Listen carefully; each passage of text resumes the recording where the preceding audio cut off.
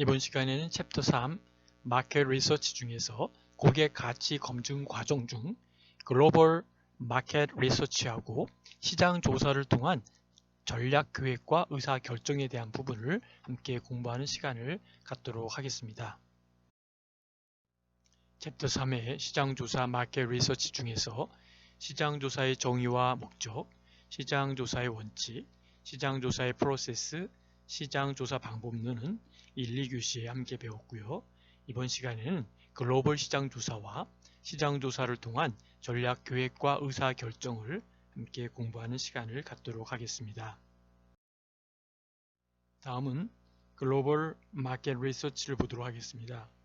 기업은 매해마다 급격히 변화하는 글로벌 경제 상황에 매우 큰 영향을 받고 있습니다.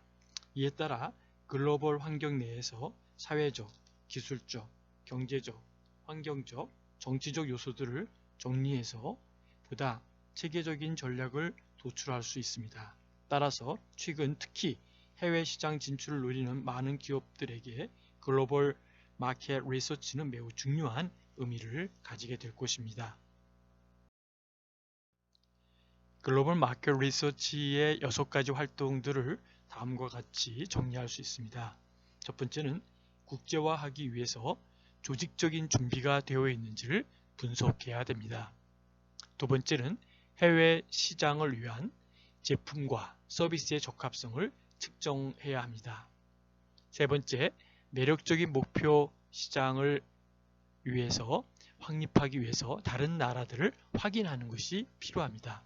네 번째는 제품과 서비스에 대한 산업시장 잠재력 혹은 시장 수요를 측정합니다. 다섯 번째, 공급자 혹은 배분자와 같은 자격 있는 사업 파트너를 선택합니다. 여섯 번째, 각각의 목표 시장을 위한 회사의 판매 잠재력을 측정합니다.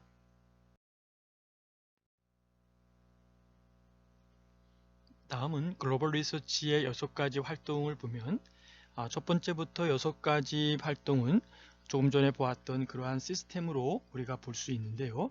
그에 따른 이유와 근거가 여러 가지가 있습니다.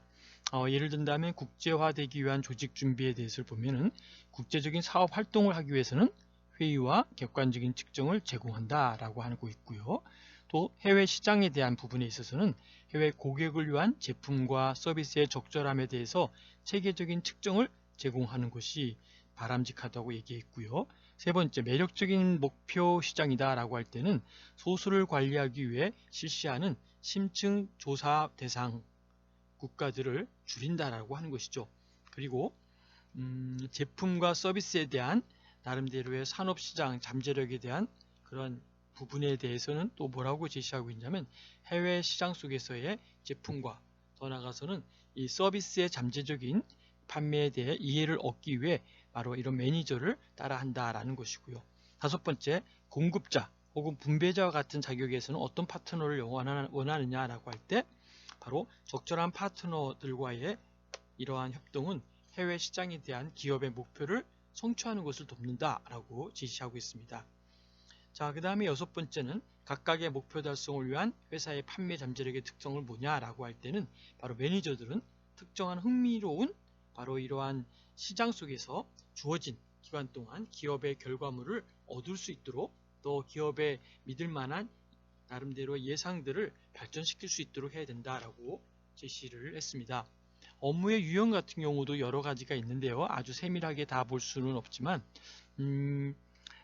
다섯 번째 보면은 공급자 혹은 분배자 같은 자격에 있는 사업 파트너를 선택해야 된다라고 하는 이 점에서는 이상적인 파트너의 자질에 대한 위스트 리스트를 준비한다 이렇게 보고 있습니다. 그 외에 여러 가지 자료들이 있지만 여러분 너무 세밀한 부분들이라 그냥 큰 프레임 속에서 보시고 글로벌 리서치 활동이 이렇게 전개되고 보여지는구나 라고 하는 점만 확인하시면 좋을 것 같습니다. 다음은 6번째, 시장 조사를 통한 전략 계획과 의사결정 사항을 보도록 하겠습니다.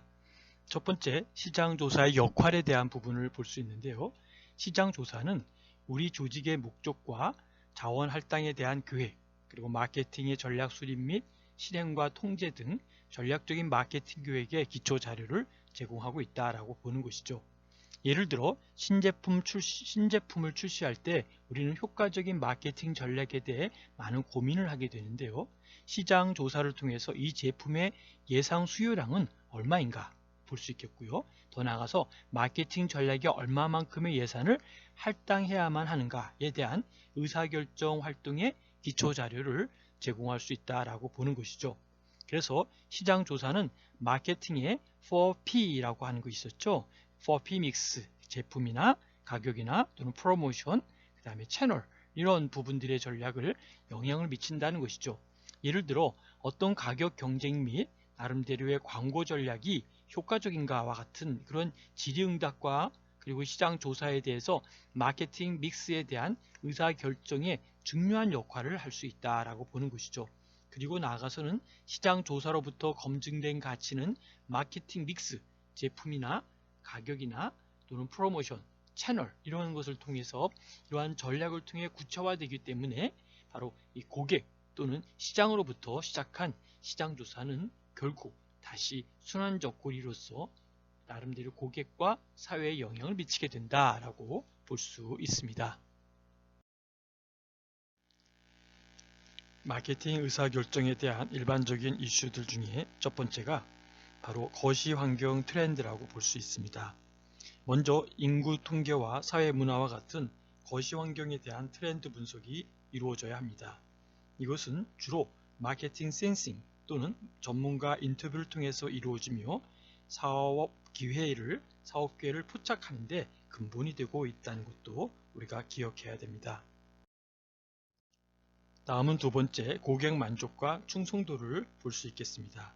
고객에 대한 마켓 리서치를 위해서 소비자들의 인구 통계, 라이프 스타일, 우리 기업 또는 제품, 이 서비스에 대한 태도와 행동을 조사해야 합니다. 더불어 고객과 장기간의 관계 형성을 위해서 무엇보다 고객 생애 가치, 고객 정보 시스템, 데이터베이스 마케팅, 그리고 관계 마케팅에 대해서 주의를 기울임으로써 고객 만족과 고객 충성도를 향상시킬 수 있다고 봅니다.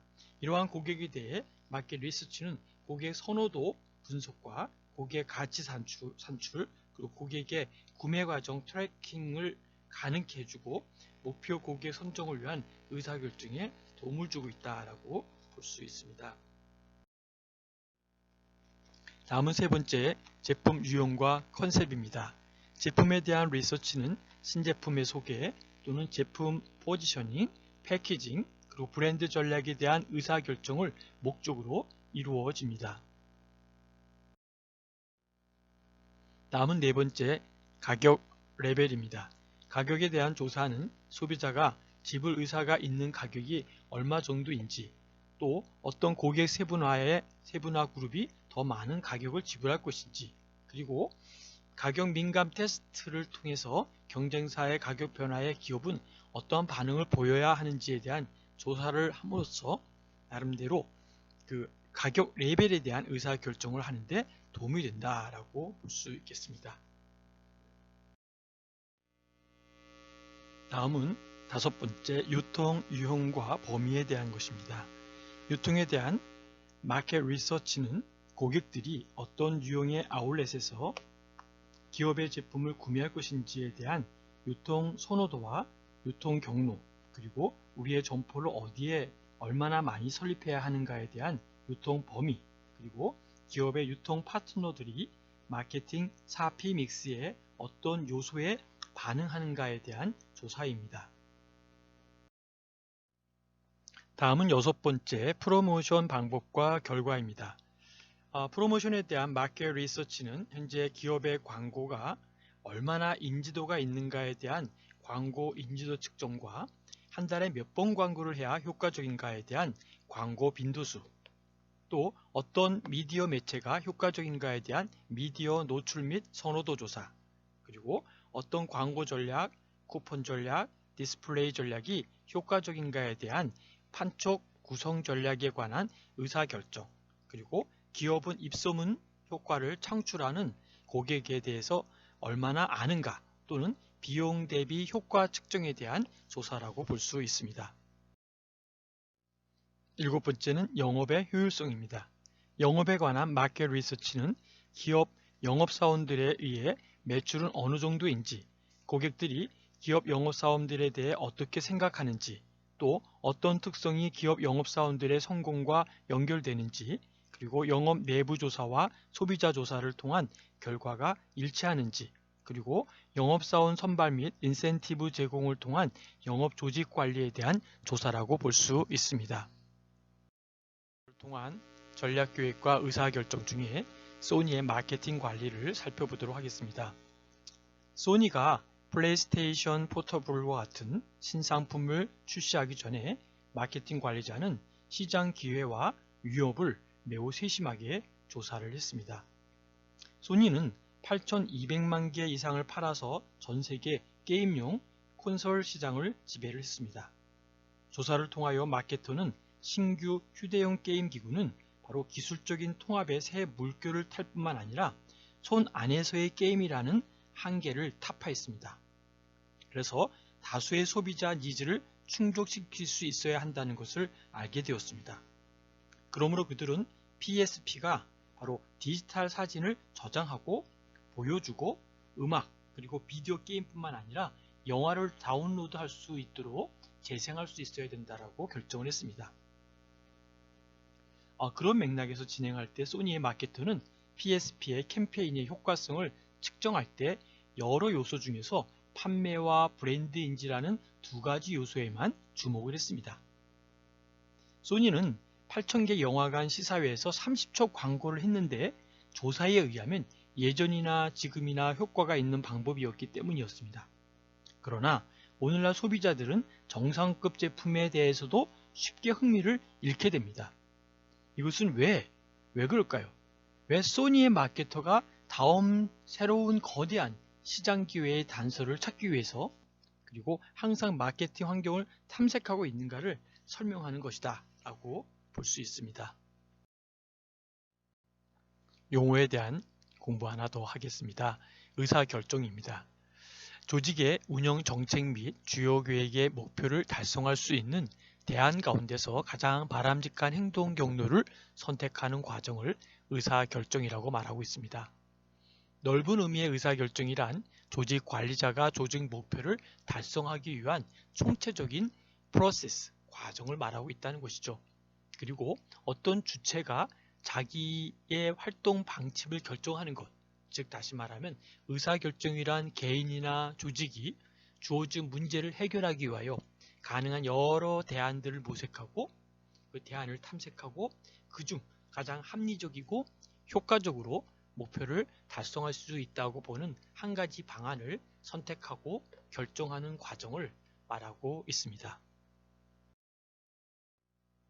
여러분 다음에는 한번 어떠한 디스커션을 해야 될 것인지 좀 주제를 한 배 정하고 함께 토론했으면 좋겠습니다.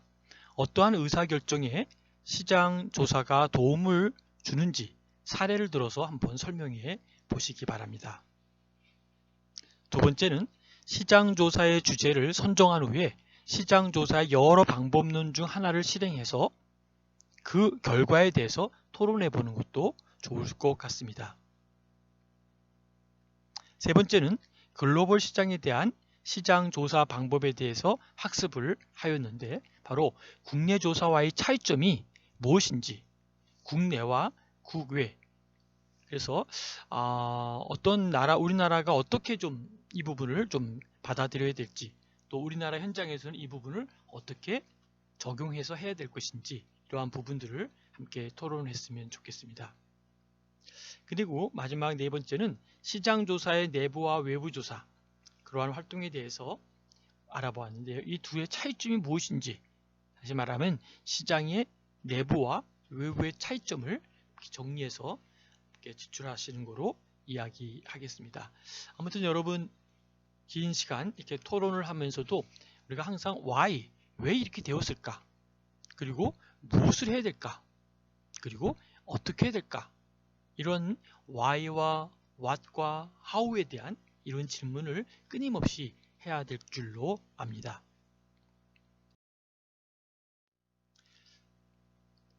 여러분 긴 시간 같이 청취하시느라고 수고 많이 하셨고요. 경청해 주셔서 감사를 드립니다. 토론과 또 질문이 있는 분들은 카톡에 남겨주시면 답변 드리도록 하겠습니다. 수고하셨습니다.